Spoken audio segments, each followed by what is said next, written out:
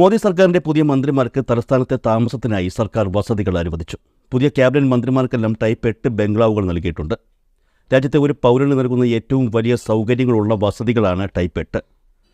പുതിയ വസതികൾ അനുവദിച്ചത് പ്രകാരം മധ്യപ്രദേശ് മുൻ മുഖ്യമന്ത്രിയും ഇപ്പോഴത്തെ കൃഷിമന്ത്രിയുമായ ശിവരാജ് സിംഗ് ചൗഹാൻ ഇനി 12 സഫ്ദർജംഗ് റോഡിലും മനോഹർലാൽ ഖട്ടർ 3 കൃഷ്ണമേനോൻ മാർഗിലുമാണ് താമസിക്കുക. ലോക്സഭാ പൂളിൽ ആകെ 517 വീടുകളും ഹോസ്റ്റലുകളുമാണ് ഉള്ളത്. മന്ത്രിസഭയിലെ മന്ത്രിമാർക്ക് ബംഗ്ലാവ് അനുവദിക്കുന്നതുമായി ബന്ധപ്പെട്ട എല്ലാ തീരുമാനങ്ങളും എടുക്കുന്നത് ഹൗസിംഗ് കമ്മിറ്റിയാണ്. വിവിധ വിഭാഗങ്ങളിലായി ലഭ്യമായ ഫ്ളാറ്റുകളുടെ എണ്ണവും ഇവയ്ക്കായി ലഭിച്ച അപേക്ഷകളുടെ എണ്ണവും അടിസ്ഥാനമാക്കിയാണ് അവർ വീടുകൾ നൽകുന്നത് സംബന്ധിച്ച് തീരുമാനമെടുക്കേണ്ടത്.